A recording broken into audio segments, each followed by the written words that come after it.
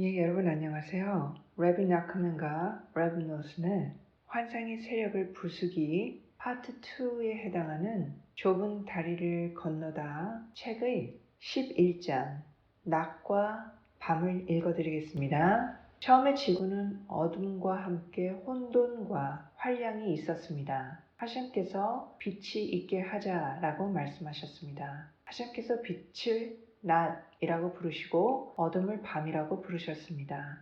이것이 창조입니다. 처음에 창조주께서는 하늘과 땅을 창조하셨습니다. 그분께서는 혼돈을 창조하셨고 황량과 어둠을 창조하셨습니다. 또한 밤을 창조하셨고 낮 그리고 빛을 창조하셨습니다. 이것은 인간의 역사이며 하나의 작은 우주입니다. 인간은 자신 안에 모든 창조물을 포괄합니다. 그의 모든 생각과 행동은 어떤 방식으로든 세상의 창조와 현재 상태를 반영합니다.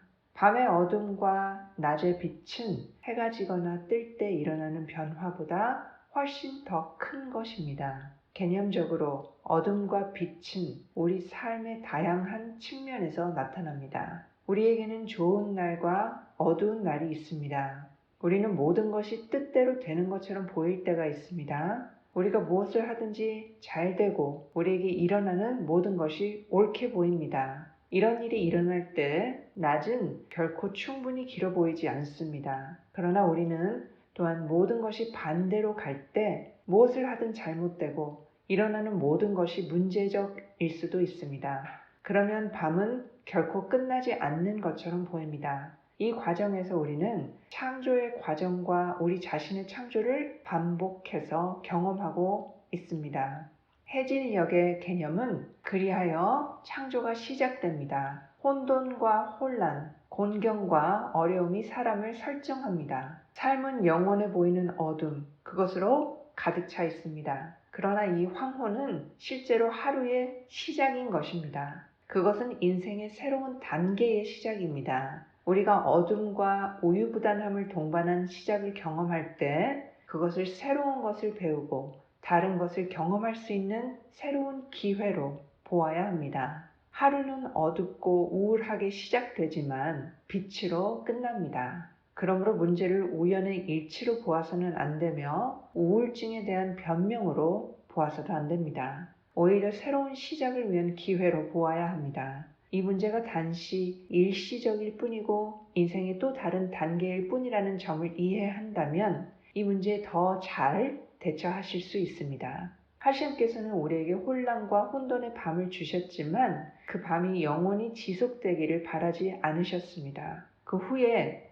햇빛과 기쁨과 행복이 뒤따를 것입니다. 실제로 밤이 없이는 이것들은 나타날 수 없습니다. 그러므로 밤마다, 즉 새로운 문제가 생길 때마다 우리 삶에는 새로운 시대가 열리고 있습니다. 창조가 다시 시작됩니다. 개념적인 어둠과 빛이 나타나는 삶의 또 다른 영역은 우리의 생각 안에서입니다. 우리가 생각하는 것들은 항상 낮과 밤의 기간을 거치기 때문에 지속적인 과정인 창조는 우리 마음속에서도 발생합니다. 따라서 레비 나크맨께서는 다음과 같이 가르치십니다.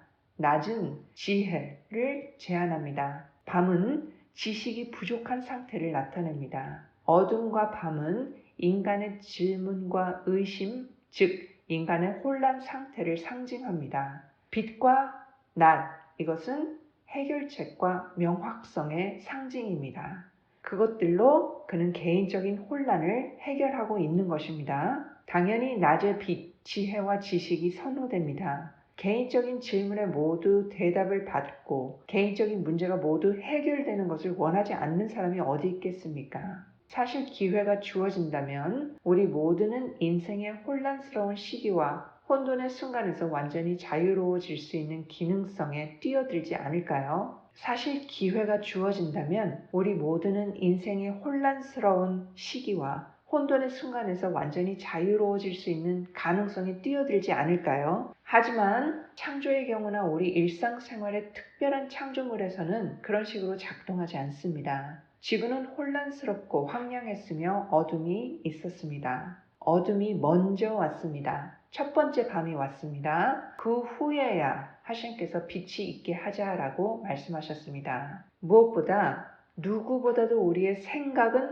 변함없는 동반자입니다. 그들은 우리가 잘 때도 우리를 떠나지 않습니다. 인생의 대부분을 보내는 우리의 마음은 어둠과 빛, 혼란과 해결의 시기를 번갈아서 경험합니다. 게다가 레비 나크맨께서는 마음이 어디에 있든 바로 그곳이 바로 나라고 말씀하셨습니다. 마음이 혼란스럽고 지식이 부족하다면 시계가 무엇을 보여주든 이것은 밤입니다. 그것은 어둠 속에 있는 거예요. 반면에 우리의 마음이 깨어있고 명확성과 지혜로 가득 차 있다면 낮에 빛을 보고 있지 않을까요? 사실 빛은 좋은 아이디어가 떠오르면 켜지는 전구처럼 항상 창의적인 문제 해결과 연결되어 있습니다. 우리의 생각이 우리의 일부이고 우리가 삶을 살아가는 방식에 큰 차이를 만든다는 것을 깨닫는 라비 나크맨께서는 바로 이 영역에 그분의 가르침의 많은 부분을 집중시키는 것이 적합하다라고 생각하셨습니다.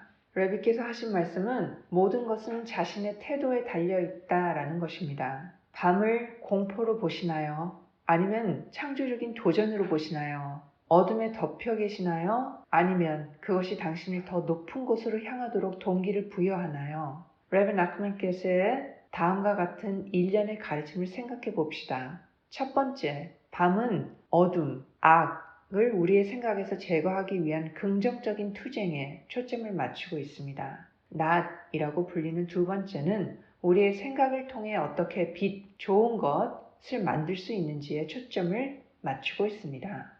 악하고 혼란스러운 생각에 직면하여 이를 제압할 때 하나님께서는 이를 크게 기뻐하신다라는 것을 알아야 합니다. 그것은 그분의 눈에 매우 귀중합니다. 이것은 왕을 즐겁게 하기 위해 경기장에서 열린 스포츠 대회에 비유할 수 있습니다. 짐승들 간의 전투는 정복자의 승리에 큰 기쁨을 느낀 왕과 그의 수행원들에 의해 관찰되었습니다. 이것은 우리의 생각과 비슷합니다. 우리의 사악하고 혼란스러운 생각은 불순한 짐승과도 같고 우리의 선한 생각은 순수한 짐승과 같습니다. 마음 위에 있는 짐승들은 서로 싸우도록 만들어졌습니다. 우리가 불순물을 극복할 때 하나님께서는 크게 기뻐하십니다. 레벨 나크맨께서의 가르침에서는 우리는 사악하고 혼란스러운 생각을 극복하기 위해 항상 자신을 강화해야 한다고 하십니다. 이런 생각들은 끊임없이 매일 사람에게 다가옵니다. 인간의 의식은 잠재의식의 힘과 전투를 벌이기 위해서 일어섭니다. 어쩌면 이것이 나쁜 생각들을 떨쳐버릴지도 모른다고 생각하면서 우리의 머리를 앞뒤로 흔드는 것은 도움이 되지 않습니다. 우리는 마치 전투를 하듯이 그들을 반대해야 합니다. 이것은 다른 생각을 통해 전환을 만들어냅니다. 마치 전투를 다른 아레나로 옮기는 것처럼 말이죠. 다른 생각을 함으로써 우리는 열정과 욕망으로 이끄는 어둠을 극복할 수 있습니다. 그래서 레벨 나크맨께서는 마음을 다스리는 것은 말을 이끄는 것처럼 쉬운 일이다 라고 말씀하신 적이 있습니다. 고삐만 잡으면 됩니다. 두 가지 생각이 동시에 마음을 차지하는 것은 불가능하다고 가르치십니다. 원한다면 악한 생각을 밀어내는 것은 쉽습니다. 우리가 해야 할 일은 토라, 기도, 사업 등 무엇이든 우리의 마음을 돌리는 것입니다. 그것이 허용되는 한도 내에서 무엇이든지요. 한 사람의 마음속에 동시에 두 가지 생각이 있을 수는 없기 때문입니다. 그러면 나쁜 생각은 결국 사라질 것입니다. 하지만 우리는 동시에 몇 가지 생각을 할 수 있지 않나요? 네, 하지만 비록 몇 가지가 동시에 마음에 들어올 수는 있지만 그중 하나만 마음에 남을 수 있습니다. 레벨 나크맨께서는 그 악인이 교활하기 때문에 우리의 정신의 문을 두드린다 하십니다. 그러나 전투를 계속하고 포기하지 않으면 결국 그는 떠나고 돌아오지 않을 것입니다. 자신의 생각 과정을 따라가는 시간을 가지세요. 한 생각이 어떻게 다음 생각으로 이어지는지 그 생각이 어떻게 다음 생각으로 이어지는지 살펴보세요. 생각은 빠르게 들어오고 나갑니다. 매우 빠르게요. 그들에게 신뢰가 주어진다면 그들은 남아있지만 만약 그들이 무시당하고 가치가 없다고 여겨진다면 그들은 성공적으로 쫓겨날 것입니다. 레브 노슨께서는 다음과 같이 쓰셨습니다. 마음의 싸움은 유대인들이 아말렉과 벌인 싸움에 비유된다. 아말렉은 후방 가드 동작으로 은밀하게 다가와서 서로 다른 간격으로 기습 공격을 가할 것입니다.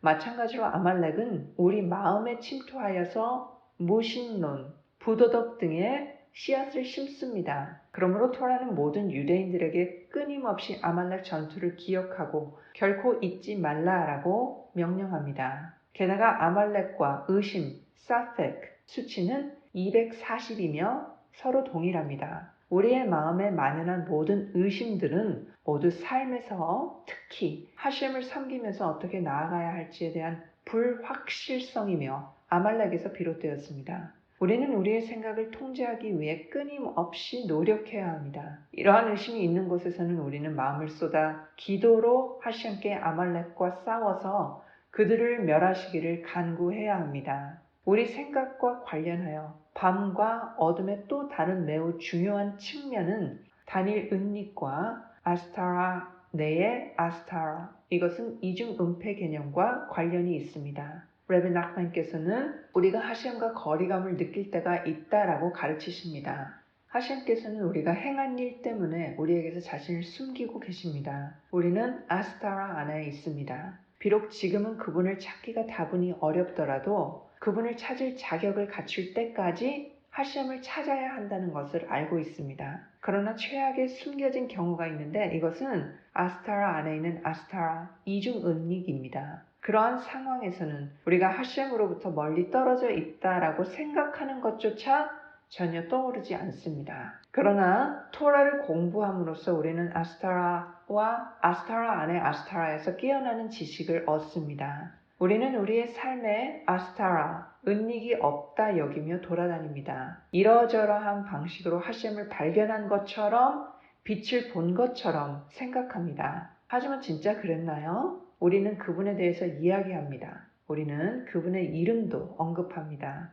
또한 그분께 기도도 합니다. 그런데 우리는 정말 그분을 알고 있나요? 정말로 하셴을 찾았나요? 아니면 밤을 낮이라고 부르는 걸까요? 우리 마음이 어둠에 너무 혼란스러워져서 더 이상 그분을 진정으로 찾으려고 노력하지 않는 걸까요? 우리는 낮의 빛, 즉 자각을 우리 삶으로 가져와야 합니다. 토라 연구와 히트보데두, 이것으로 깨어나야 합니다. 바이에츠, 하셴께서 사람을 창조하셨다. 이 창세기 2장 7절의 말씀의 이 단어 예츠, 창조됨이라는 단어는 한 번이면 충분했을 법한 이유들을 왜 두 번씩이나 나타내는 걸까요? 왜냐하면 선한 성향과 악한 성향이라는 두 가지 창조가 있었기 때문입니다. 하셴께서 세상을 창조하시기로 결정하셨을 때 말하자면 자신을 압축시키고 먼저 빈 공간을 창조하셨습니다. 즉 하셴께서는 어디에나 계셨기 때문에 창조를 위한 여지가 없었습니다. 그래서 비어있는 공간을 만들기 위해서 자신을 축소시키셨습니다. 이 빈 공간 안에서 그분께서 세상과 그 안에 있는 모든 것을 디자인하시고 창조하셨습니다. 모든 창조물은 인간을 위한 것이었습니다. 선, 빛, 악, 어두움 사이에서 선택할 자유의지를 주신 것입니다. 이렇게 하면 이제 하셴의 왕권이 모두에게 드러날 수 있습니다. 레베 나크만께서는 다음과 같이 가르치십니다. 사람은 창조 그 자체의 축소판이다. 그의 정신과 마음은 그가 행할 모든 생각과 모든 행동의 근원입니다. 그의 아이디어와 목표의 원천인 정신은 어떤 의미에서 비어있는 공간과도 같습니다. 이러한 생각은 아이디어를 마음, 이 감정의 근원에 전달하고 마음은 무엇을 해야 할지 몸으로 지시합니다. 그러므로 선한 일을 하려면 깨끗한 마음이 있어야 합니다. 그리고 악한 생각을 생각하는 것은 말 그대로 자신 안에 악을 창조하는 반면에 선한 생각을 생각하는 것은 실제로 선한 창조를 낳습니다. 그는 경건이 드러날 수 있는 깨끗하고 순수한 마음을 창조합니다. 그러면 그의 마음은 하셴을 섬기려는 큰 열망으로 불타오릅니다. 인간의 의무는 이 불타는 욕망을 통제하고 자신의 이익을 위해 너무 높은 수준에 도달하지 않고 자신의 능력에 따라서 미tzvot을 수행할 수 있도록 유지하는 것입니다. 레브노슨께서는 다음과 같이 쓰셨습니다. 선한 생각과 악한 생각 사이의 싸움이 창조의 주된 이유입니다. 우리 마음속의 혼란스러운 생각은 맨 처음에 만들어졌던 혼돈과 황폐함과 일치합니다. 우리는 이러한 악한 생각을 극복해야 하며 긍정적인 생각을 하고 선한 생각에 집중하고 하신께 더 가까이 나아갈 수 있는 방법을 끊임없이 생각함으로써 극복할 수 있습니다. 이 과정을 통해 우리는 어떤 의미에서 창조 자체를 재창조하고 있는 것입니다. 그리고 우리 모두는 이것을 할 수 있습니다. 매일 우리 각자는 새로운 세계를 창조할 수 있는 능력을 가지고 있습니다. 각각의 날은 독특합니다. 이전에는 없었던 새롭고 신선하며 다른 것이 있습니다. 그러므로 우리는 매일 하신께 더 가까이 다가가는 방법에 대한 새로운 생각과 아이디어를 찾아야 합니다. 그리고 기억하십시오. 비록 우리가 악한 생각에 사로잡혀 있을지라도 또는 우리에게 다가오는 나쁜 생각으로부터 도망치려고 여러 번 노력할지라도 우리에게는 항상 그것을 극복할 힘이 있다는 것을 기억하십시오. 매일의 날은 새로운 창조이며 매일의 날은 갱신의 개념을 가져옵니다. 다시 시작하고 또 다시 시작하세요. 우리가 선한 생각을 가로막는 어려움과 끝없는 장애물에 직면한다면 우리는 하신께 도움을 청해야 합니다. 하신께서 우리에게 자신을 드러내시고 카발라에서 올바른 길로 우리를 인도해 달라고 기도하고 호소하고 간청하십시오. 우리는 하신께서 창조를 위한 공간을 마련하기 위해 빈 공간을 창조하셨다는 것을 배웁니다. 이것을 생각해보면 이 자체가 큰 역설이라는 것을 깨닫게 될 것입니다. 말하자면 하심께서는 그분의 경건을 거두어 가셨습니다. 그러나 경건이 없이는 아무것도 존재할 수 없습니다. 그러나 우리는 창조가 확실히 일어났음을 봅니다. 세상은 확실히 존재합니다. 그래서 하심께서는 비어있는 공간에 존재하십니다. 비어있는 공간은 완전히 비어있고 공허한 것처럼 보일 수 있지만 그렇지 않습니다. 열심히 찾아보면 비어있는 공간에서도 항상 하심을 찾을 수 있습니다. 마찬가지로 우리 삶의 어둠 속에 우리를 가두는 소란과 혼란 속에서도 하심을 찾을 수 있습니다. 이는 우리가 이해할 수 없는 일, 아무리 역설적인 일이 있어도 좋은 생각을 할 수 있도록 매일매일 힘을 다해야 한다는 것을 가르쳐 줍니다. 우리는 하심의 눈에 작은 창조자로 간주될 만큼 충분히 중요합니다. 우리 각자는 창조할 수 있는 이러한 능력을 위임받았습니다. 우리의 생각과 우리의 욕망은 낫을 만들고 이 세상에 존재하는 선을 창조합니다. 나를 창조하는 또 다른 방법, 즉 선을 창조하는 것은 자신의 거룩한 생각과 소망을 말로 표현하는 것입니다. 우리는 좋은 생각을 해야 할 뿐만 아니라 기도 아니면 대화를 통해서 그것을 말하고 또 말하고 또 말해야 합니다. 레빈 나크맨께서는 다음 가르침을 주십니다. 토라의 히브리어 문자에는 모음이 없습니다. 영혼이 없는 몸처럼 움직이지도 않습니다. 한 단어에 여러 가지 모음들을 넣어서 이것을 여러 가지 단어들로 읽을 수가 있습니다. 모음을 삽입하면 단어의 의미가 부여됩니다. 이는 네크돗 하카세프, 모음은 욕망에서 나온다 라는 문구의 의미로 볼 수 있습니다. 이 네크돗, 이것은 모음이며 카세프는 욕망을 뜻하는 아람어입니다. 이를 통해서 우리는 우리의 욕망이 우리가 말하는 글자와 단어의 의미를 부여한다는 것을 배웠습니다. 우리에게 좋은 소망이 있으면 좋은 말을 하게 되어서 좋은 글자와 단어 조합을 만들어냅니다. 그러면 결국 우리는 선하고 친절한 행동을 하게 될 것입니다. 그러나 우리의 욕망이 악한 것이라면 우리는 악한 조합을 만들어 이를 세상에 가져옵니다. 그러므로 우리는 항상 좋은 말을 해야 하고 항상 긍정적인 소망을 말하고 선언해야 합니다. 이를 통해 우리는 선행에 대한 긍정적인 태도를 창조하고 우리의 거룩한 생각과 소망의 표현이 가져오는 빛을 통해서 실제로 세상에 이로움을 줍니다. 저희가 말씀드렸듯이 우리의 생각은 우리의 가장 가까운 동반자입니다. 우리가 보내는 하루 중 더 좋은 부분은 우리 자신의 머릿속에서 시간을 보낼 때입니다. 우리의 아이디어들, 이미지, 인상, 디자인, 기억 등등. 레빈 나크맨께서 우리의 사고 과정에 관련하여 논의하는 개념 중 하나는 메다메라고 부르는 개념입니다. 이 히브리어의 어근은 다마, 비슷하다라는 용어입니다. 한 사물을 다른 사물과 비교한다는 의미를 내포합니다.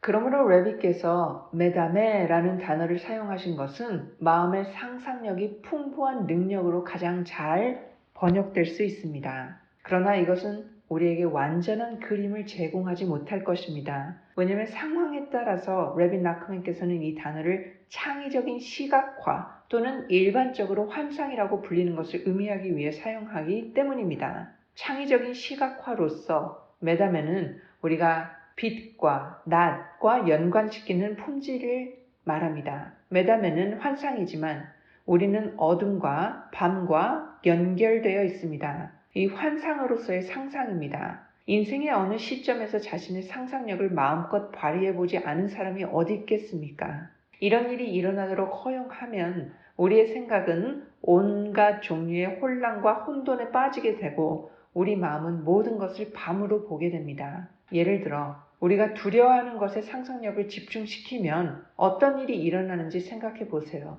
레빗 나크맨께서는 다음과 같이 가르치십니다. 사람들이 두려워하는 대부분의 것들은 그들에게 해를 끼칠 수 없습니다. 우리가 두려워하는 것이 우리에게 해를 끼칠 수 없다는 것을 분명히 깨달을 수도 있지만 극복할 수 없는 공포증을 갖고 있습니다. 우리 중 얼마나 많은 사람들이 상상 속의 위험에 대해 초조해하고 두려워하며 시간을 보내고 있습니까? 우리는 내 세상은 온통 검은색이야 라고 말하지만 정말 그렇게 생각합니다. 단지 최악의 시나리오를 상상하고 그것이 현실이라고 확신했기 때문입니다. 환상의 어둠은 빛을 차단했으며 일반적으로 상황을 지나쳐보고 해결하는 데 도움이 되는 지혜와 이해에 대한 우리의 마음을 닫았습니다. 우리는 그러한 불안과 그에 따른 우울증을 피하기 위해 최선을 다해야 합니다. 왜냐하면 그것은 가능한 최악의 정신 상태이기 때문입니다. 환상이 우리 삶을 파괴하는 것은 두려움과 공포증뿐만이 아닙니다.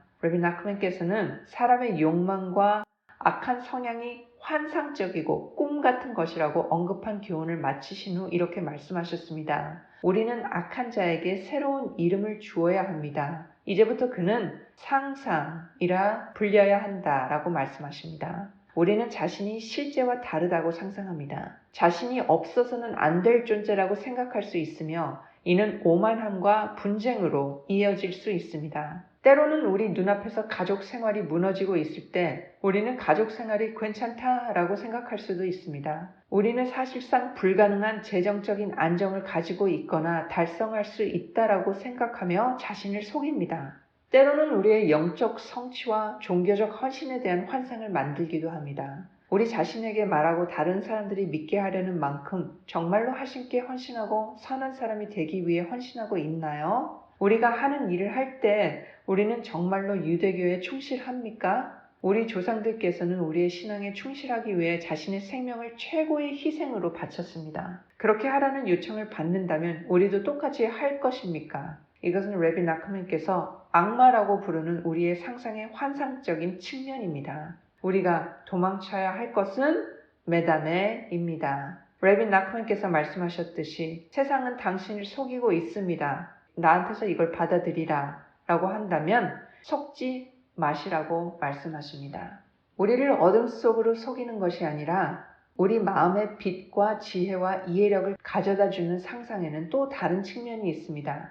이것이 바로 가장 어두운 밤을 가장 밝은 낮으로 바꿀 수 있는 상상력입니다. 창의적인 시각화로서의 메다메입니다. 현자들께서는 요세프가 이집트에서 종살이하는 중에 그의 주인의 아내가 그를 유혹하려 했을 때 그가 그의 아버지의 형상에 대한 환상을 보았고 이것이 그를 구원했다고 말합니다. 레빗 나크맨께서는 이에 대해 다음과 같이 말씀하셨습니다. 이미지가 사람에게 어떻게 나타나는지는 매우 숨겨진 미스터리입니다. 실제로 레빗 나크맨께서 자신도 메다메를 상당히 활용하셨습니다. 그는 많은 이야기를 하고 수많은 꿈과 비전과 혁신적인 아이디어를 공개하셨습니다. 이 모든 것은 풍부한 상상력을 보여주며 가장 유능하고 창의적인 마음에도 도전을 줍니다. 그리고 그분께서는 그의 사디킴에게 이를 따르도록 영감을 주셨습니다.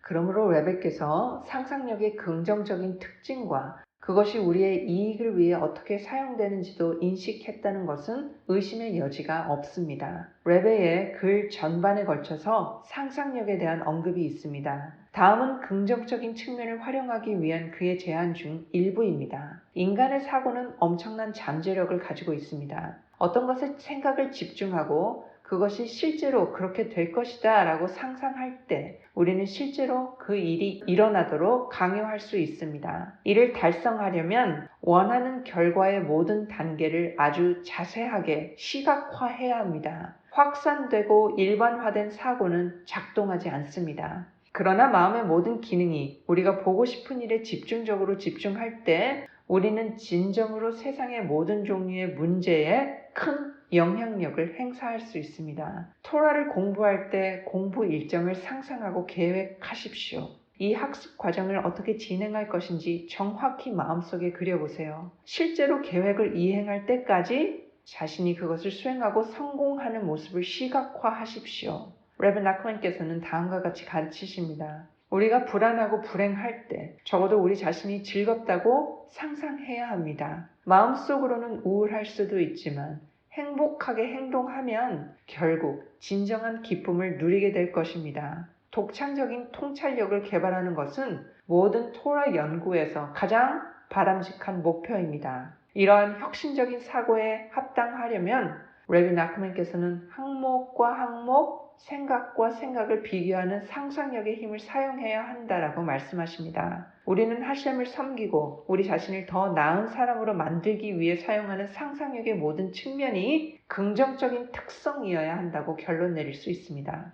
레비 나크만께서는 악마라고 불리는 상상력, 억압되고 억제되어야 하는 상상력은 우리 각자에게 타고난 자질이자 자산인 창조력이 아닙니다. 오히려 자신과 남을 속이는 환상적인 상상, 인생을 낭비하게 만드는 망상입니다. 그리고 레비 나크만의 가르침을 다시 한번 상기할 가치가 있습니다. 마음이 어디에 있든 그곳이 바로 당신입니다. 따라서 모든 것은 우리가 정말로 원하는 것이 무엇인지에 달려 있습니다. 우리가 정말로 경건과 진정한 개인적 성장을 갈망하고 생각한다면 우리는 그것을 얻을 수 있습니다. 우리가 다른 것을 원하고 그것이 우리의 마음이 있는 곳이라면 그것이 우리가 성취할 것입니다. 밤이라고 생각하면 밤입니다. 하지만 우리가 낮을 생각하고 좋고 긍정적인 생각을 계속해서 한다면 우리는 빛 속으로 떠오르는 자신을 발견하게 될 것입니다. 24시간 주기 모든 사람의 삶에 밤과 낮의 기간이 있는 것처럼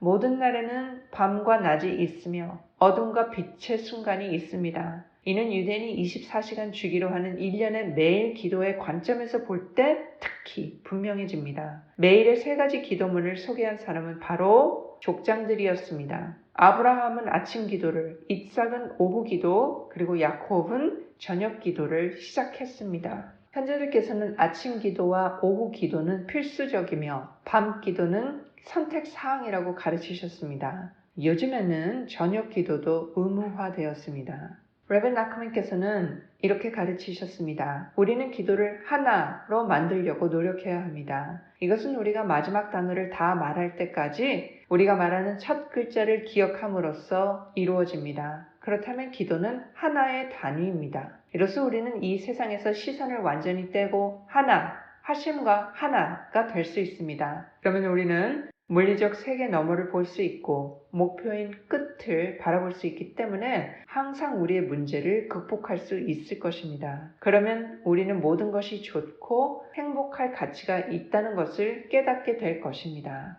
유대인의 24시간 주기는 밤에 시작됩니다. 밤은 혼란과 어려움을 의미하며 카발라 용어에서는 심판 또는 디님, 신절 또는 헤세드를 의미하는 낮과 반대되는 디님, 심판으로 알려져 있습니다. 그러므로 매일의 기도 중 첫 번째 기도인 저녁 기도는 심판이 시작될 때 드려집니다. 이러한 디님이 풍부할 때, judgment, 심판이 풍부할 때, 즉 밤이 오면 사람은 저 밤 너머, 자신을 괴롭히는 어려움과 혼란 너머를 볼 수 있어야 합니다. 이것이 바로 기도가 우리를 밤을 통과하게 하는 방법입니다. 레브 노슨께서는 다음과 같이 쓰셨습니다. 저녁 기도를 하라는 계명이 없고 밤에 기도를 드리는 것은 자신의 의무를 이행하는 것이 아니라 내면의 바램으로 드리는 것이라는 것을 두고 볼 때 야코브가 왜 그것을 시작해야 했는가라는 질문이 생깁니다. 누군가가 밤에 기도하는 것이 금지되어 있다고 해서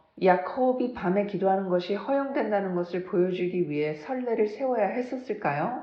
게다가 선택적인 관습이나 헌신을 시행하는 것은 어떤 가치가 있습니까? 그러나 야콥은 유배 생활이 곧 다가오고 밤이 길어지고 하셴을 섬기는데 방해가 점점 더 커질 것을 예견했으며 영성에 대한 저항의 힘이 만들어내는 확장된 어둠을 예상했습니다. 그러므로 야콥은 저녁 기도를 정했습니다. 그는 가장 어두운 순간에도 우리에게는 항상 하셴께 돌아갈 수 있다는 길이 있다는 것을 보여주기 위해 마리브, 저녁 기도를 시작했습니다. 그는 또한 오랜 유배 생활이 가져올 엄청난 어둠 때문에 누군가에게 기도를 강요하는 것이 불가능할 것임을 내다보셨습니다. 쓰라린 유배, 밤은 침묵의 개념입니다. 마치 주변의 위협에 겁을 먹고 길고도 말없는 고통 속에 갇혀서 끝이 보이지 않고 목소리를 높여 부르짖을 수 없는 것과 같습니다. 사실 이 긴 밤 동안에 우리를 인도할 다양한 수단과 조언을 준비한 영적인 힘과 선견지명을 지닌 위대한 짜디킴 의인들이 아니었다면 우리는 결코 유배자들의 압박과 억압을 견뎌낼 수 없었을 것입니다. 사람들은 오래전에 하셴께 기도하고 하셴께 돌아오려는 모든 희망을 포기했을 것입니다. 그래서 야콥은 그곳에 이르러 거기서 밤을 지내었다. 꿈에 보니 사닥다리가 땅 위에 섰는데 그 꼭대기가 하늘에 닿았더라라는 창세기 28장 11절과 12절 말씀에 나옵니다. 이것은 야콥은 그가 내려간 그 하락한 곳에서 그 밤을 지새워야 했던 것을 겪은 후에야만 천국으로까지 올라갈 수 있었던 것입니다. 그가 가장 두터운 어둠과 가장 긴 밤을 보여주었던 선례대로 우리도 강렬한 기도의 갈망을 깨워서 하셴께로 돌아가야만 합니다. 이것이 저녁 기도입니다. 우리는 결코 절망해서는 안 됩니다. 그러나 저녁 기도가 그토록 중요하다면 원래는 왜 선택사항으로 남겨두었을까요? 이는 애초에 매일의 전례가 제정된 이유를 살펴보면 알 수 있습니다.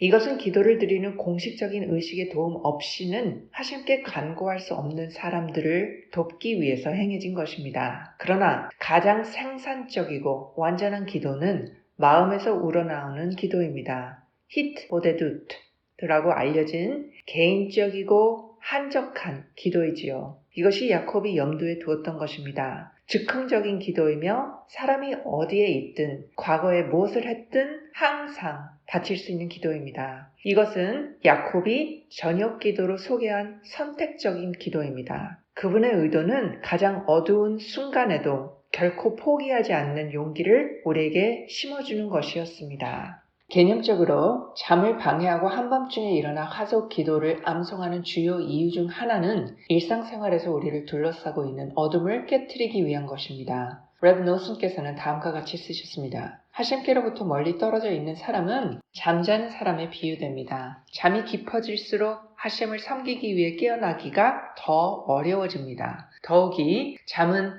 무의식적인 존재인 낮, 지혜에 비유됩니다. 깨어남은 자각입니다. 따라서 하솥을 위해 일어서는 것은 자신에게 주어진 삶을 더 활용하기 위해 자신의 상황을 인식하는 것과 유사합니다. 그것은 또한 자신의 좋은 점을 찾는 것에 비유되기도 하는데 어둠 속에서 자신이 있다고 느끼는 것입니다. 이것이 하솥의 상승의 큰 가치입니다. 왜냐하면 그것이 무의식의 잠을 깨트리고 하셴과의 거리를 단축시키기 때문입니다. 이 무의식의 잠은 우리 삶에서 주기적으로 발생합니다. 거의 매일 우리는 기도하는 중에, 공부하는 중에, 심지어 일하는 중에도 혼수 상태에 빠지게 됩니다. 우리는 아무리 약하다고 느끼더라도 관성과 무기력한 무감각을 극복하기 위해 항상 자신을 강화하려고 노력해야 합니다. 이것이 하솥의 교훈입니다. 레브 노슨께서는 개념적으로 아침 기도가 빛, 우리가 만드는 새로운 시작, 모든 것이 우리 뜻대로 흘러가는 시간인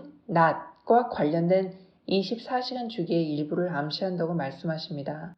레비 나크맨께서는 밤은 불확실성을 의미한다고 가르치십니다. 반면에 믿음이 있으면 왜 인생이 잘 풀리나요? 왜냐면 믿음이 있으면 밤 뒤에 오는 낮을 상징하는 명확한 조언을 얻을 수 있기 때문입니다. 낮과 빛은 명확함, 즉 명확하고 정확한 생각을 의미합니다. 깨끗한 사상과 창조의 이상, 인간의 목표와 동의어입니다. 토라 연구, 기도, 올바른 소망의 목표입니다. 이것이 바로 대부분의 헌신과 계명이 낮, 즉 낮의 빛 동안 수행되는 이유입니다. 왜냐하면 그것은 잠재의식이 아닌 인간의 의식에 해당하기 때문입니다. 사람은 깨어 있어야 합니다. 그는 살아 있어야 해요. 그 사람은 마음으로 원해야 합니다. 낮의 빛과 함께 적절한 지도를 통해서 그리할 수 있습니다. 우리 모두는 지침을 구합니다.